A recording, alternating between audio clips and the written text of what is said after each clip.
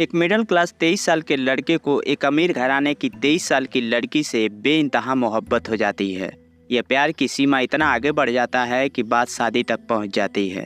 वह लड़की उस लड़के से शादी करना चाहती थी, लेकिन जब लड़की के पिता को अपनी बेटी की इस प्यार की कहानी के बारे में पता चलता है तो उसे बड़ा गुस्सा आता है।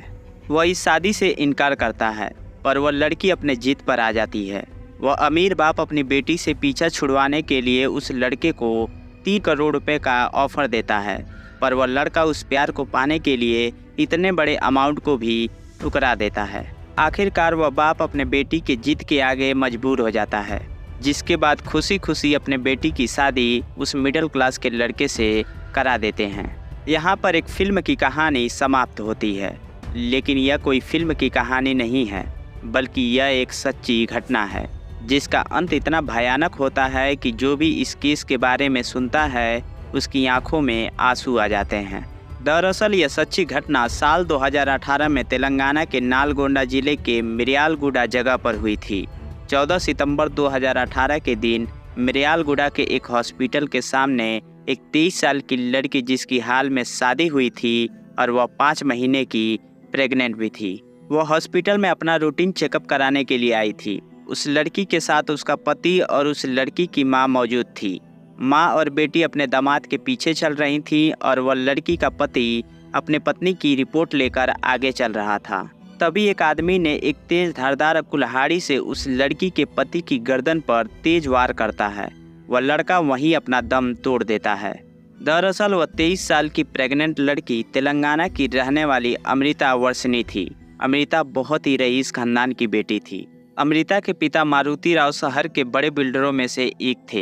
इसी बिजनेस के बलबूते उन्होंने समाज में उनका एक अलग ही रुतबा था। उनका शहर के बड़े और अमीर लोगों के साथ उठना बैठना था। मारुति राव के 2 बच्चे थे, उनमें से अमृता उनकी बड़ी बेटी थी। अमृता जहां रहती थी उसी के आसपास दलित समाज के तरुण बालास्वामी भी रहते थे।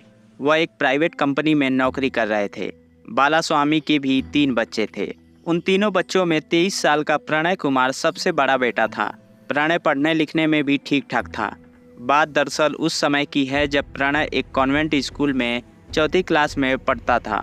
उसी स्कूल में अमृता भी पढ़ाई कर रही थी। अब एक ही जगह होने के कारण उनमें दोस्ती हो चुकी थी। समय के साथ बड़े हुए। उम्र बढ़ने के साथ वह दोनों एक दूसरे से प्यार भी करने लगे थे। ऐसे ही समय गुजरता गया। इनका प्यार का सिलसिला यूं ही बढ़ता जा रहा था। दोनों एक दूसरे को जिंदगी भर साथ देने का वादा करते हुए एक बेहतर भविष्य के सपने देख रहे थे, लेकिन इन्हें इस बात का जरा भी अंदेशा नहीं था कि इनकी प्यार की कहानी आगे चलकर एक भयानक रूप लेने वाली थी।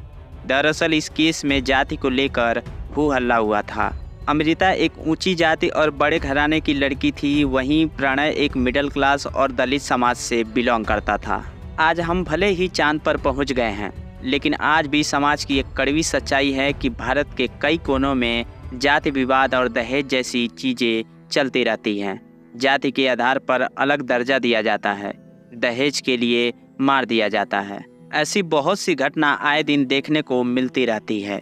इस पर कानून जरूर बना है, पर शायद इसे समाज तक पहुंचने में थोड़ा और वक्त लगेगा।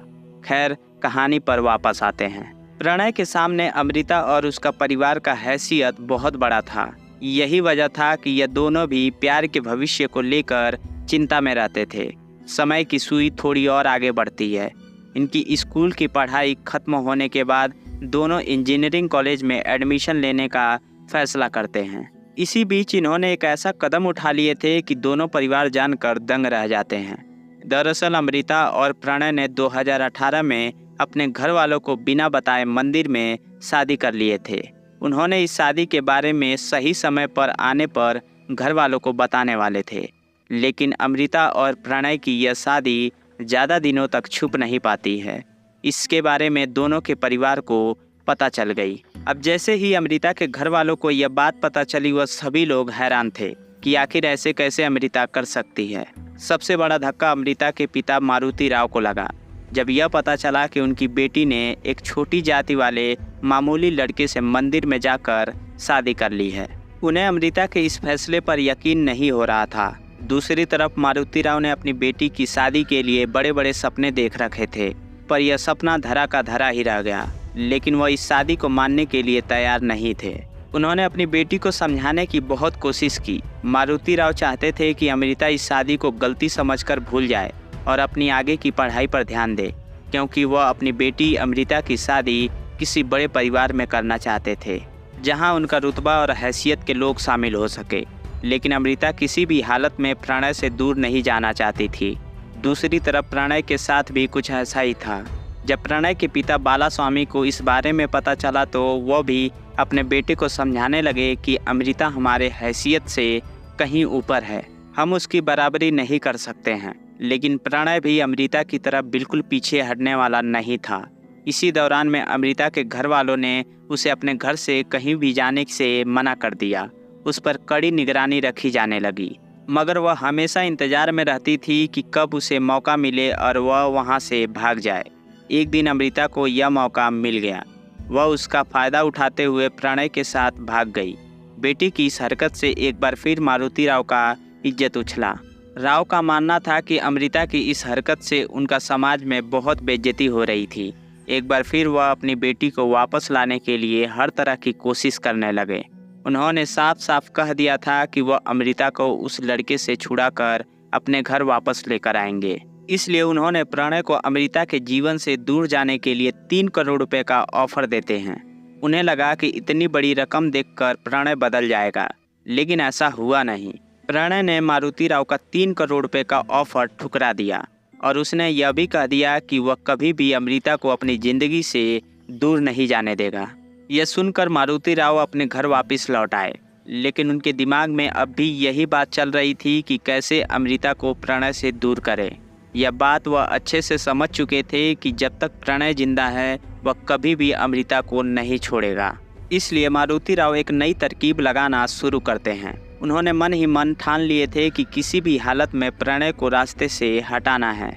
इसलिए वह एक ऐसा प्लान बनाते हैं जिससे अमृता को भी उनके ऊपर शक ही नहीं हो। इसके बाद इस प्लानिंग के तहत प्रणय की रूटीन पर नज़र रखने का काम मारुति राव ने अपनी पत्नी को देते हैं। धीरे धीरे उनकी पत्नी अमृता के साथ करीबियां बढ़ाना शुरू करती हैं। वह अमृता को यह विश्वास दिलाना शुरू करती हैं कि जो कुछ पहले हुआ उसे वह एक गलती समझकर माफ़ कर दी हैं। इसी बीच वह अमृता को फ़ोन कर उससे बात करती हैं। इतने समय बाद माँ के साथ बात होने पर अमृता को बहुत हल्का और अच्छा महसूस हो रहा था। यह बात जब प्रणय को पता चली तब वह भी खुश होता है। वह सिर्फ इतना चाहता था कि अमृता किसी भी हालत में खुश रहे। उस दिन के बाद हर 3-4 दिन में अमृता अपनी माँ से फ़ोन पर बात कर लिया करती थी। अमृता घर की छोटी से छोटी बात अपनी माँ के साथ शेयर किया करती थी, लेकिन प्लान के मुताबिक अमृता की माँ अपने पति मारुति राव को भी यह सभी बात बताया करती थी। धीरे धीरे समय बीतने के साथ अमृता को अपने पिता पर भी भरोसा होने लगा था। मारुति राव ने विश्वास दिलाने के लिए यह तक कह दिए थे कि मुझे इस शादी से कोई एतराज़ नहीं है, मैं तो बस यह चाहता था कि तुम्हारी शादी धूमधाम से कर सकूं। मैं एक बार फिर समाज को दिखाने के लिए तुम्हारी शादी प्रणय के साथ बड़ी धूमधाम से करनी है। अमृता को अपने पिता की यह बात बिल्कुल ठीक लगी और वह पूरी तरह से अपने पिता की बातों में आ चुकी थी। यहाँ तक कि अमृता को अपने परिवार के ऊपर अटूट विश्वास हो गया था। मारुति राव भी तो यही चाहते थे, लेकिन इनकी बेटी इस बात से अनजान थी कि उसके साथ खेल खेला जा रहा था। दूसरी तरफ मारुति राव अपने प्लान को सफल बनाने के लिए सिर्फ पैसे ही नहीं बल्कि उनके पॉलिटिक्स और बिजनेस से बने अच्छे खासे कनेक्शन का भी इस्तेमाल करते हैं। इसके बाद मारुति राव ने वह चाल चली जिसके बाद अमृता की ज़िंदगी ही बर्बाद हो गई। उन्होंने सुपारी किलर अब्दुल बारी को प्रणय की हत्या करने के लिए 1 करोड़ रुपए की सुपारी दे दी। मारुति राव ने इस प्लान का अंजाम देने के लिए अपने भाई श्रवण राव और समुद्र राव को भी शामिल करते हैं। सुपारी किलर अब्दुल बारी भी इस घटना को अंजाम देने के लिए तैयार हो जाता है। मारुति राव ने काम होने से पहले अब्दुल को 15 लाख रुपए एडवांस के तौर पर देते हैं और बाकी की रकम काम होने के बाद देने का तय हुआ। पैसे मिलने के बाद अब्दुल ने यह काम अपने शूटर सुभाष शर्मा को सौंप दिया। सुभाष ने प्रणय को रास्ते से हटाने के लिए किडनैपिंग का प्लान बनाया था, पर अच्छा मौका मिला नहीं। इधर मारुति राव अपनी पत्नी के जरिए प्रणय की पल पल की खबर पहुंचा रहा था। इन सब के बीच अमृता 5 महीने की प्रेग्नेंट हो चुकी थी। अमृता ने खुद ही यह बात अपनी मां को बताई थी। तभी 14 सितंबर 2018 की सुबह अमृता को उसकी मां का फ़ोन आता है। इस बातचीत के दौरान अमृता ने अपनी मां को बताती है कि आज शाम 4 बजे के करीब अपना रूटीन चेकअप कराने के लिए वह प्रणय के साथ मिर्यालगुड़ा हॉस्पिटल जाने वाली है। इस बात का पता लगते ही अमृता की मां मारुति राव को बता दी। इसके बाद अमृता की मां उसके साथ आने के लिए कहती है। अमृता को लगा कि उसकी मां को उसकी फिक्र होने के कारण वह उसके साथ आना चाहती है, इसलिए अमृता इसके लिए तैयार हो जाती है। लेकिन अमृता की मां का साथ आने का मकसद तो कुछ और ही था। वह प्रणय की पल पल की खबर मारुति राव को देना चाहती थी। दूसरी तरफ मारुति राव फ़ोन करके यह सभी खबर सुपारी किलर तक पहुंचाते हैं। इस खबर के आधार पर सुभाष शर्मा ने प्रणय का किडनैपिंग करने का प्लान चेंज कर हॉस्पिटल के बाहर ही मौत के घाट उतारने की प्लानिंग बना ली। सब कुछ इनके मुताबिक चल रहा था। इसके बाद 14 सितंबर को घटना से 3 घंटे पहले मारुति राव एक कलेक्टर के साथ एक मीटिंग करता है ताकि यह साबित हो सके कि प्रणय के मामले में मारुति राव का कोई भी हाथ नहीं है। समय बीतकर शाम के करीब 4 बज जाते हैं। इसी समय हॉस्पिटल से प्रणय अमृता का चेकअप करवाकर बाहर निकल रहा था। अमृता अपनी मां के साथ बातें करते हुए पीछे चल रही थी। तभी सुभाष ने प्रणय की गर्दन पर पीछे से कुल्हाड़ी से तेज वार करता है। अमृता के सामने ही प्रणय को मौत के घाट उतार दिया जाता है। पलक झपकते ही प्रणय की जान चली जाती है। यह मामला इतना तेजी से हुआ कि अमृता को कुछ समझ में ही नहीं आया। अमृता की मां भी अमृता के सामने शौक होने का नाटक करने लगी। वह ऐसा दिखा रही थी कि अपने दामाद की हत्या का उसे बहुत अफसोस हुआ है। इस तरह 24 साल के प्रणय को उन्होंने उसी की पत्नी और वहां पर उपस्थित तमाम लोगों के सामने जिंदा काट डाले। यह घटना उस हॉस्पिटल के जस्ट बाहर ही हुआ था, इसलिए यह पूरी घटना वहां पर लगे सीसीटीवी कैमरे में कैद हो चुकी थी। यह घटना इतना भयानक था कि पूरा शहर दहशत में आ चुका था। जाहिर सी बात है कि किसी शख्स को यूं बीच रास्ते में सर कलम कर देना कितना डरावना दृश्य होगा। पुलिस इस केस की जांच में लग चुकी थी। इस केस को लेकर अमृता से पूछताछ की जाती है।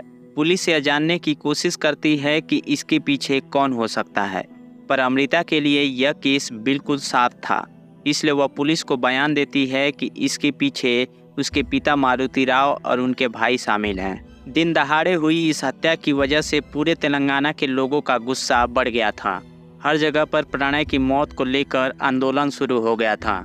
पुलिस लोगों को भरोसा दिलाती है कि इस केस में शामिल हर शख्स को कड़ी से कड़ी सजा दी जाएगी। हर जगह पर प्रोटेस्ट की वजह से पुलिस मारुति राव, श्रवण राव और समुद्र राव, उसके साथ साथ अब्दुल बारी, सुभाष शर्मा, असगर अली और मोहम्मद करीम को 2 हफ्तों के अंदर ही गिरफ्तार कर लेती है। सभी लोगों को अलग अलग करके पूछताछ की जाती है। सभी आरोपियों ने अपना जुर्म कबूल किए, लेकिन शर्म की बात यह है कि उन्हें इसका थोड़ा सा भी अफसोस नहीं था। पति की मौत के बाद अमृता का कहना था कि पेट में पल रहे बच्चा प्रणय की प्यार की निशानी मानकर ऐसे ही उस बच्चे के साथ जिंदगी बिताएगी।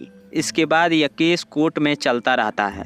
अमृता लगातार अपने पति के लिए न्याय की मांग कर रही थी, लेकिन अप्रैल 2019 में मारुति राव को जमानत मिल गई और वह बेल पर बाहर आ गया, लेकिन केस अभी भी चल रहा था।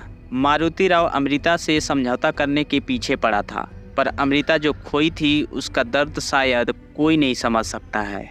लेकिन कुछ दिनों के बाद यह खबर आती है कि मारुति राव ने हैदराबाद में एक लॉन्ज के अंदर जहर खाकर खुद को खत्म कर लिया। इस घटना के बाद उनके पास एक नोट भी मिला जिसमें उन्होंने अपनी बेटी अमृता और अपनी पत्नी से माफ़ी मांगी थी। यह कत्ल की कहानी सच में झकझोर के रख देती है। वाकई में आगे मेरे पास कोई शब्द नहीं है कि इस पर मैं क्या कहूँ। इस पर आप क्या कहेंगे कमेंट बॉक्स में ज़रूर बताइएगा। वीडियो पसंद आया तो लाइक करें और चैनल को सब्सक्राइब करना ना भूलें। जय हिंद, जय भारत।